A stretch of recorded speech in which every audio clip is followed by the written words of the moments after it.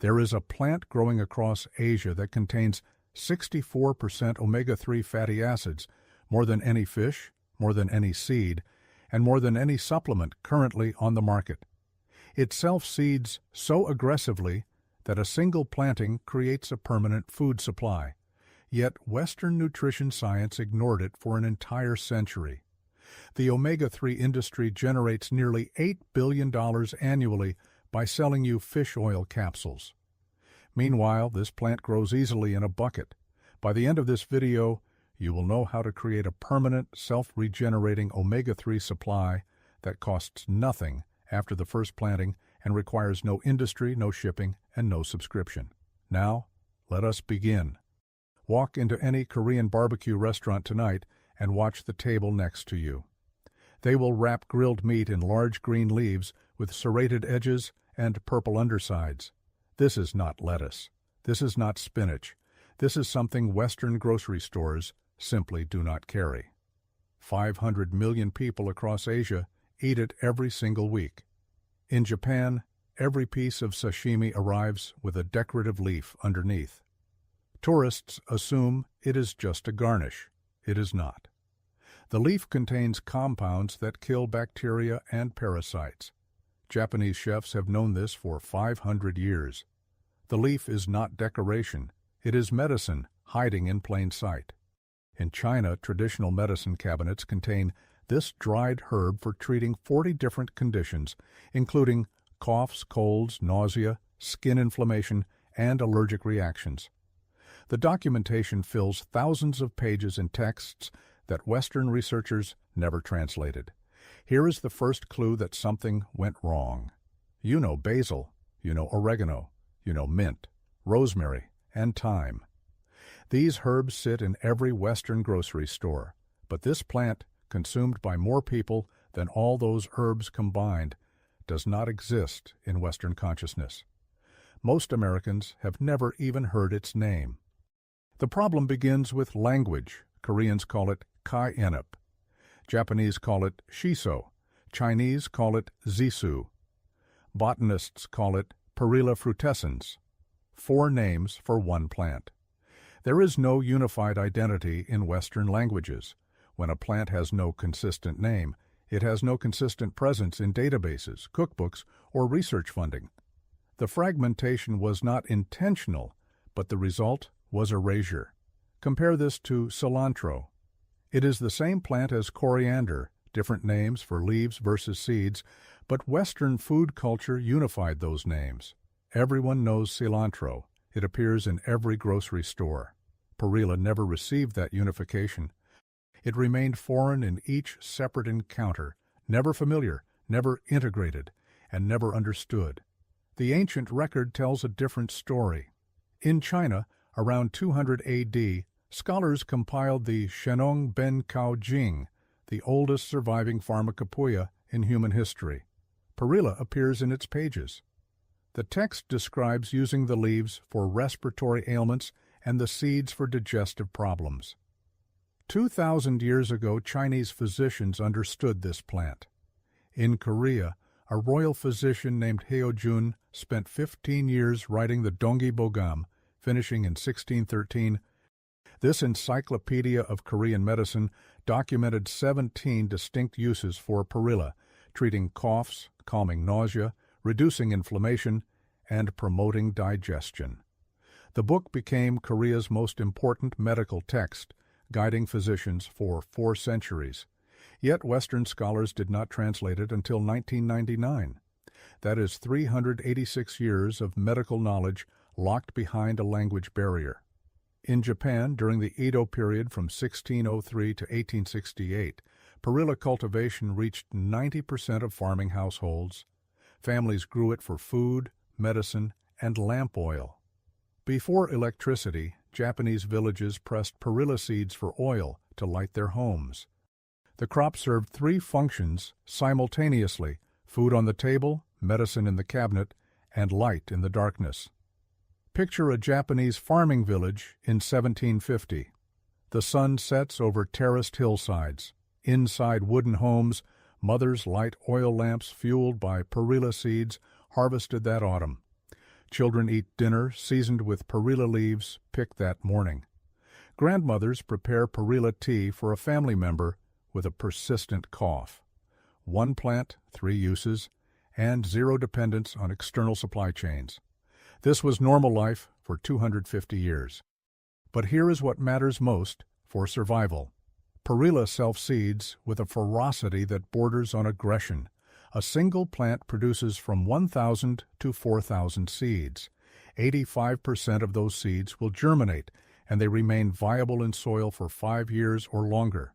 Plant perilla once during one good season, and the next spring it returns without permission. The spring after that, it returns again and again and again. Korean farming villages have documented perilla patches growing on the same land for 10 generations. No replanting, no purchasing new seed. The crop simply continues. In agricultural terms, this is called naturalization. In practical terms, this is permanent food infrastructure. One decision by one ancestor feeds descendants for centuries. The leaves contain 3.9 grams of protein per 100 grams of fresh weight. This exceeds spinach, kale, and most leafy greens that Western nutritionists celebrate. The calcium content reaches 230 milligrams, the iron content reaches 1.7 milligrams, and vitamin A concentration hits 5,520 international units. The leaves provide a complete nutritional package from a plant that requires no annual replanting. But the seeds hold the real treasure. In 1991, researchers at the National Institute of Nutrition in India analyzed perilla seed oil. They found alpha-linolenic acid concentrations between 54 and 64%. Alpha-linolenic acid is the plant form of omega-3 fatty acids, 64%. No other plant on Earth comes close. Flaxseed oil contains 53% omega-3, and nutritionists celebrate it as a superfood. Chia seed oil contains 58%, and health food stores charge premium prices. But perilla seed oil contains 64%, the highest concentration ever measured in any plant species, and almost no one in the Western world has ever heard of it. The seeds themselves contain 35 to 45% oil by weight. Vitamin E content reaches 870 milligrams per kilogram, and sterol content exceeds 3,000 milligrams per kilogram. This oil can be extracted with a simple hand press. No industrial facility is required. Consider what this means in practical terms. A family in rural Korea maintains a perilla patch behind their home. Each autumn, they collect seeds and press them using a hand-operated device passed down from their grandparents. The golden oil fills ceramic jars stored in a cool cellar. Throughout winter, this oil seasons their food and provides essential fatty acids. No trip to the pharmacy, no online orders, and no subscription services, just seeds, pressure, and patience. This gap requires explanation. In the 1970s, Danish researchers traveled to Greenland to study Inuit populations. They noticed something remarkable. Despite eating enormous amounts of fat, the Inuit had extremely low rates of heart disease. The researchers identified omega-3 fatty acids as the protective factor. Fish consumption became the explanation, and fish oil became the solution. By 1980, the supplement industry saw opportunity. Fish oil capsules entered the market. Marketing campaigns taught Western consumers that omega-3 came from fish. The message was simple: eat fish, take fish oil, and protect your heart. By 2024, the global omega-3 supplement market reached $7.68 billion annually. Fish oil dominates this market at a 61.5% market share. Krill oil captures the premium segment, while algae oil serves the vegetarian niche. Every product requires industrial processing, extraction, purification, encapsulation, quality control, and cold chain shipping. The complexity creates barriers to entry, and those barriers protect profit margins. The numbers tell a stark story. In 2025, the average American household spends between $120 and $300 annually on omega-3 supplements. That is fish oil capsules sitting in bathroom cabinets, pills swallowed every morning with breakfast, and monthly subscription boxes arriving at front doors. Meanwhile, a packet of Perilla seeds costs less than $5. One packet provides a lifetime supply through self-seeding. The math reveals the absurdity. Now, consider Perilla. The seeds can be cold-pressed with hand tools. No industrial facility is required. No patents are possible on the pressing of a seed. There is no extraction technology to license and no capsule formulation to protect. A farmer with a wooden press can produce omega-3 oil in a backyard shed. A crop that self-seeds cannot generate repeat seed sales. A product that requires no processing cannot generate processing revenue. Perilla threatens every link in the supplement supply chain.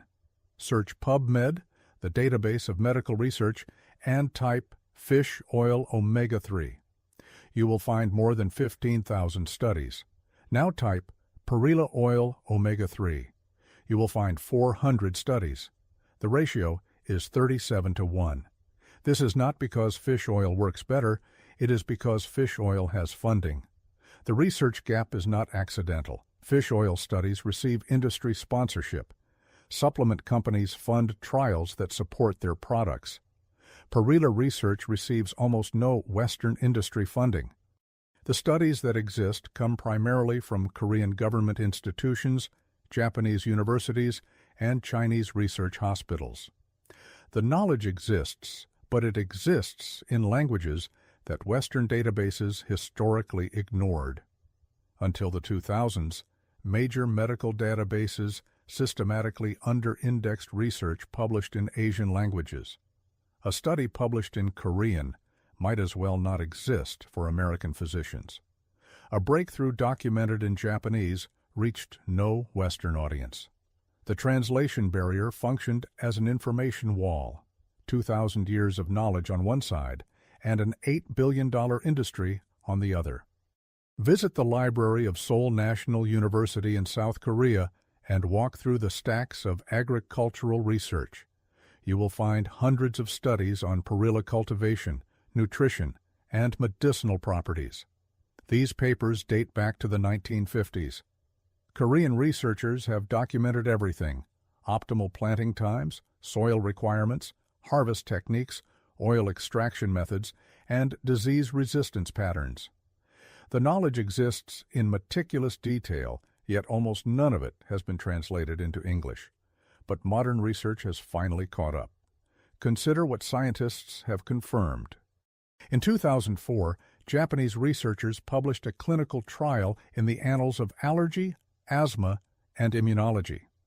They gave perilla extract to patients with seasonal allergies.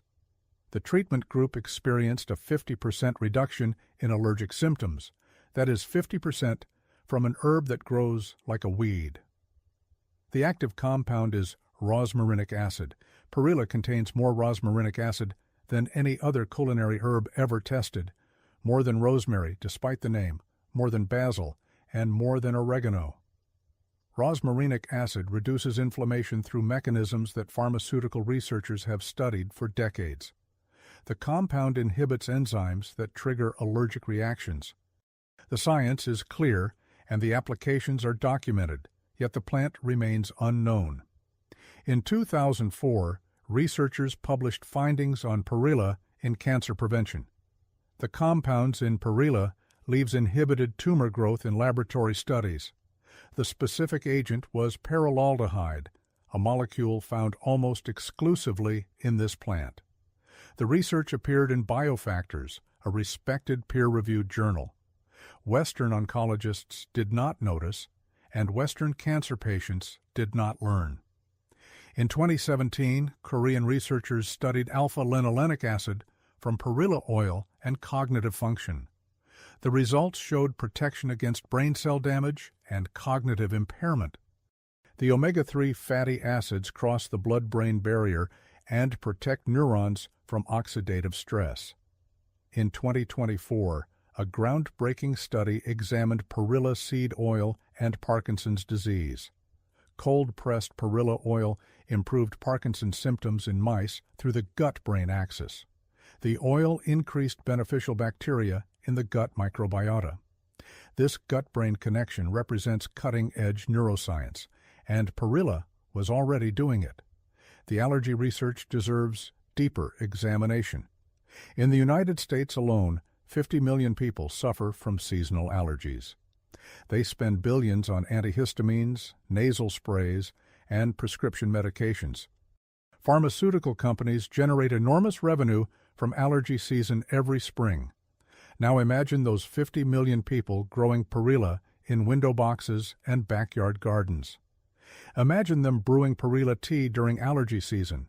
Imagine the rosmarinic acid reducing their symptoms by 50%. The pharmaceutical revenue disappears, garden centers sell more seeds, and the power shifts from corporations to individuals. The pattern becomes visible. Every benefit that perilla provides threatens an existing industry.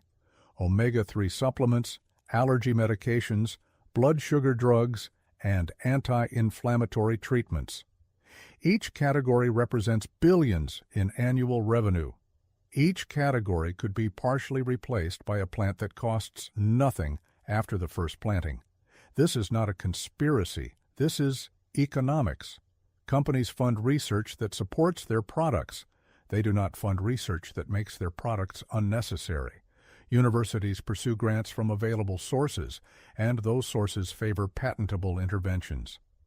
A self-seeding plant cannot be patented. A cold-pressed oil cannot be protected. The funding flows elsewhere, and the research follows the funding.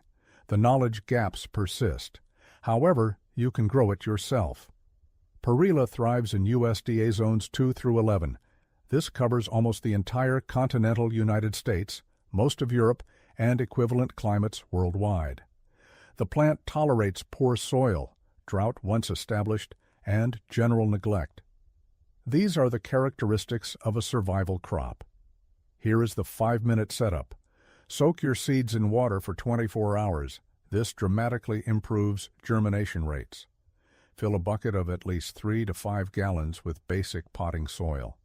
Surface sow the seeds. Do not bury them, as perilla seeds need light to germinate. Mist with water and place in a sunny location. Germination takes 7 to 21 days, so be patient. Once seedlings emerge, thin to 1 or 2 plants per bucket if growing in containers. Space plants 10 to 12 inches apart if growing in the ground. Water about 1 inch per week during establishment. After the first month, the plant adapts to local rainfall. The visual transformation is remarkable. Picture your container in week 1, bare soil with tiny seeds scattered across the surface. By week 3, green shoots emerge in clusters. By week 6, the plants reach 8 inches tall with distinctive serrated leaves. By week 10, bushy plants fill the container with foliage. The purple variety shows deep violet coloring on the undersides of leaves, while the green variety gleams in sunlight.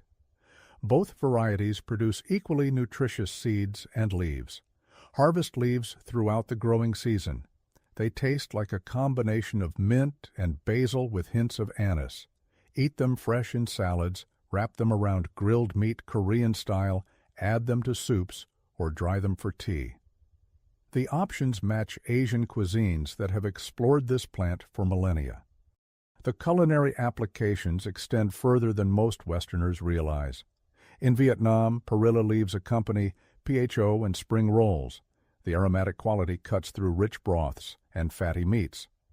In Laos and Thailand, cooks add perilla to curries and stir-fries. The leaves wilt quickly when heated, releasing their oils into the dish. Even in the mountains of Nepal, villagers cultivate perilla for both food and trade. The plant adapted to every climate and cuisine it encountered across Asia. Korean cuisine alone features dozens of perilla preparations: pickled perilla leaves fermented in soy sauce and garlic, perilla seed powder sprinkled over rice and vegetables, perilla oil drizzled on enamel, seasoned vegetable side dishes, and Perilla kimchi prepared alongside the more famous cabbage variety. The plant appears at breakfast, lunch, and dinner. It appears at weddings and funerals, on holidays, and on ordinary Tuesdays. Integration this complete does not happen by accident. It happens because a food proves its value across generations. In the fall, allow some plants to flower. The flower spikes produce thousands of seeds. Let them drop and scatter to establish next year's crop without any action from you. This is the self-seeding promise. One planting becomes a permanent presence. Collect excess seeds for oil production. Small hand presses cost less than $100. Cold pressing extracts oil without damaging the omega-3 content. One harvest provides a year of omega-3 supplementation, no capsules, no fish, and no industry, just a bucket and patience. The pressing process itself requires minimal skill. Pour dried seeds into the press chamber and turn the handle slowly and steadily. Golden oil flows into a collection container below. The remaining seed cake serves as animal feed or garden fertilizer. Nothing goes to waste.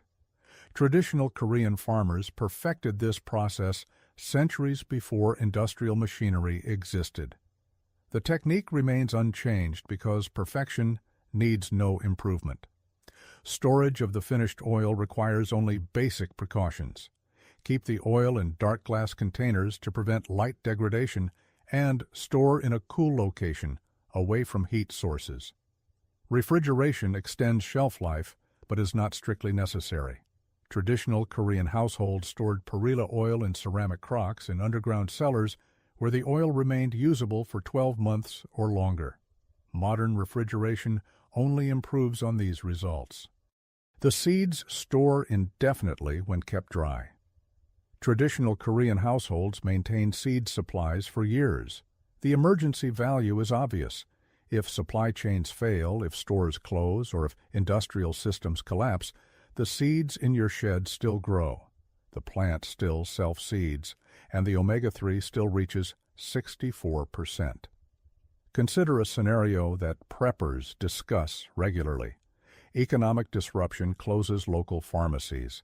Supplement shipments stop arriving, and fish oil capsules become unavailable or unaffordable.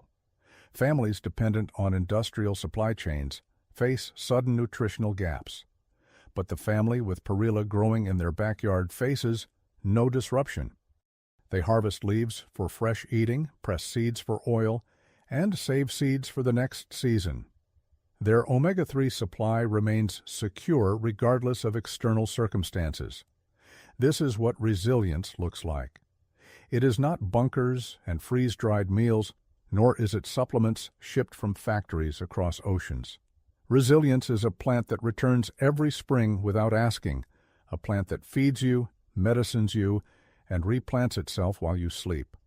The question was never why Asia hid this herb. Asia did not hide anything. Korean grandmothers wrap meat in Perilla leaves at every family dinner. Japanese restaurants serve shiso with every piece of raw fish. Chinese medicine shops stock dried Perilla on open shelves. The knowledge was always there, always public, and always available. Walk through the Namdaemun market in Seoul, South Korea. Vendors display bundles of fresh Perilla leaves stacked in neat piles. Bottles of Perilla oil line wooden shelves and bags of dried Perilla seeds fill woven baskets. The prices are low, and the supply is abundant. Korean shoppers walk past without a second glance because Perilla is as ordinary to them as parsley is to Americans. The extraordinary became ordinary through centuries of daily use. Travel to the Nishiki market in Kyoto, Japan. Shiso leaves sit beside fresh fish in refrigerated cases. The connection is obvious to anyone who looks. The fish stays fresh longer when stored with shiso. The antibacterial compounds in the leaves protect against spoilage. Japanese fishmongers learned this through observation over hundreds of years. No laboratory was required, just attention and time. The answer is not a conspiracy. The answer is structure. Economic systems see what benefits economic systems. Research follows funding. funding follows patents, and patents require control. Perilla cannot be controlled. It self-seeds, it spreads, it naturalizes, it becomes wild, and it becomes free. What cannot be owned cannot be sold. What cannot be sold cannot be marketed. What cannot be marketed does not enter consciousness.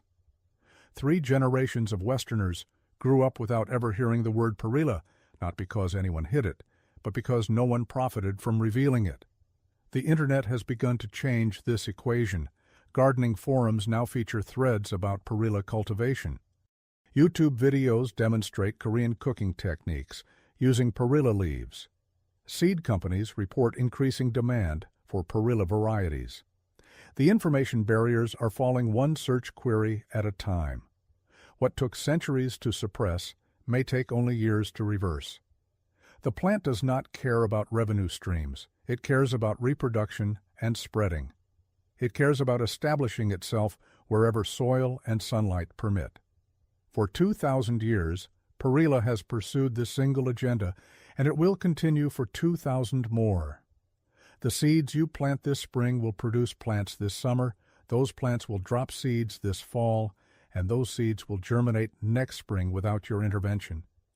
Your grandchildren could harvest from the same patch you established today. This is botanical inheritance. This is genetic legacy. This is food security measured not in months, but in generations. Every spring, Perilla will return to remind you that the most valuable things in life often cost the least. A packet of seeds, a bucket of soil, a few minutes of attention, and then years of abundance from a plant that Western science ignored while 500 million people ate it for dinner. If this story has changed the way you look at the weeds in your garden, please subscribe and like the video. We are uncovering the history they tried to bury. Plant the future today. The next treasure will be revealed soon.